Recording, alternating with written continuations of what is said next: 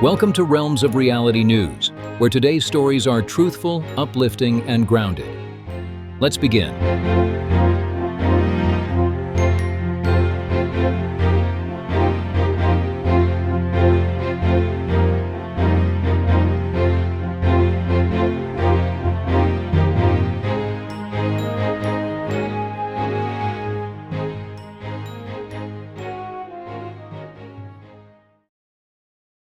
If you've been watching the FIFA World Cup in the United States, you may have noticed something remarkable.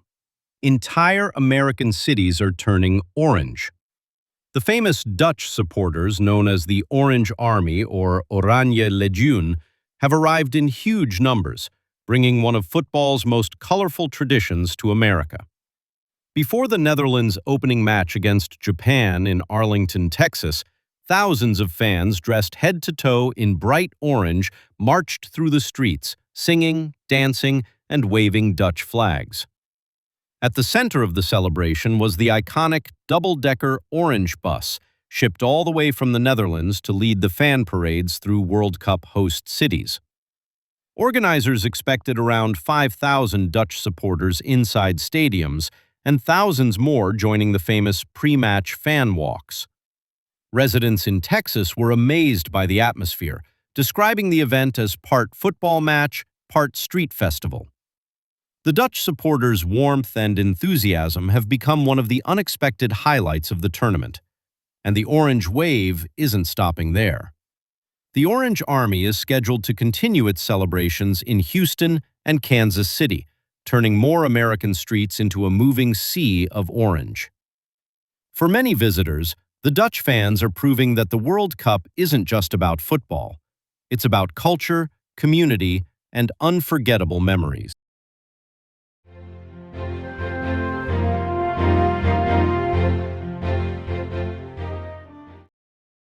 While modern cities rise and fall, some trees have quietly stood watch over humanity for thousands of years. High in the rugged mountains of eastern California, a forest of ancient bristlecone pines contains some of the oldest living organisms on Earth.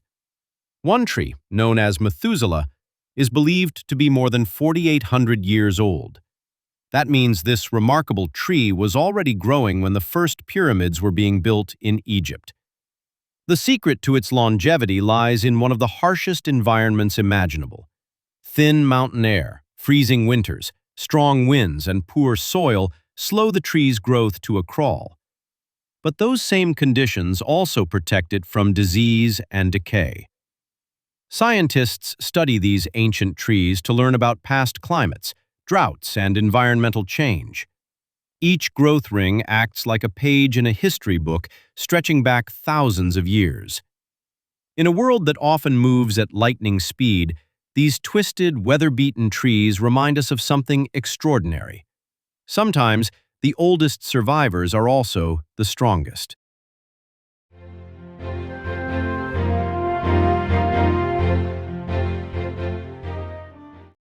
A routine day with a metal detector turned into one of the most exciting Viking discoveries in recent years. In 2021, a man searching a field in England uncovered a small silver object peeking through the soil. Archaeologists were called in, and what they found beneath the ground was astonishing. The site contained a hidden Viking hoard buried more than 1,000 years ago. Among the treasures were silver coins, jewelry, and precious artifacts dating back to the turbulent years when Vikings and Anglo-Saxons fought for control of England. Many of the coins came from distant lands, revealing the vast trading networks that connected Scandinavia with Europe and beyond. Some had traveled hundreds, even thousands of kilometers before ending up in the buried cache. Experts believe the treasure may have been hidden during a time of conflict, perhaps by someone hoping to return for it later, but they never did. For a millennium, the hoard lay undisturbed beneath farmland, preserving a remarkable snapshot of Viking life, wealth, and international trade. Sometimes the greatest treasures aren't found in museums. They're still waiting beneath our feet.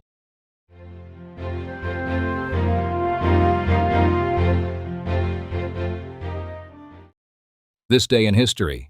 A moment that shaped the world we know today. Let's take a look.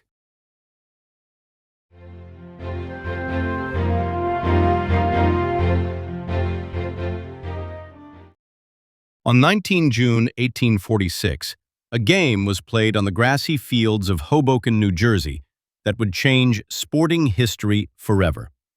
It was the first officially recorded and organized baseball game played under a standardized set of rules, laying the foundation for the modern game we know today. The match took place at Elysian Fields between the New York Baseball Club, often called the New York Nine, and the Knickerbocker Baseball Club. The New York Nine won convincingly, defeating the Knickerbockers 23-1 in just 4 innings. Alexander Cartwright, whose rules helped shape the sport, served as umpire for the game. Baseball looked very different in 1846. Players wore no gloves, pitchers threw underhand, and some rules were still evolving. Yet many of the game's essential features, bases arranged in a diamond, organized teams, and written rules, were already in place. What began as a friendly contest on a summer afternoon grew into one of the world's most beloved sports. Today, baseball is played by millions of people across North America, Latin America, Asia, and beyond, all tracing part of their sporting heritage back to that historic day in Hoboken.